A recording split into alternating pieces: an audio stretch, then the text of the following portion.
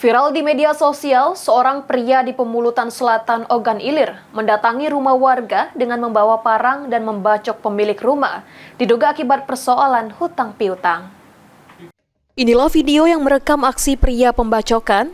Video berdurasi 1 menit 9 detik ini beredar di media sosial Facebook di Ogan Ilir. Dalam video terdengar suara pria yang melakukan percakapan yang mempertanyakan sesuatu dengan nada tinggi. Pada menit ke-50, terekam pria berbaju merah mengayunkan parang sebanyak 2 kali ke arah pemilik rumah.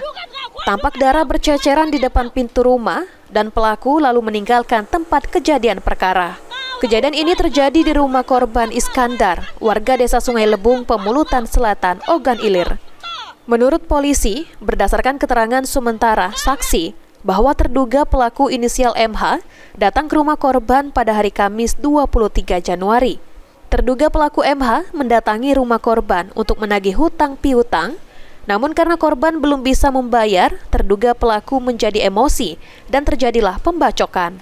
Saat ini polisi masih memburu pelaku yang diduga telah melarikan diri keluar Pemulutan Selatan. Ahmad Romawi, PAL TV.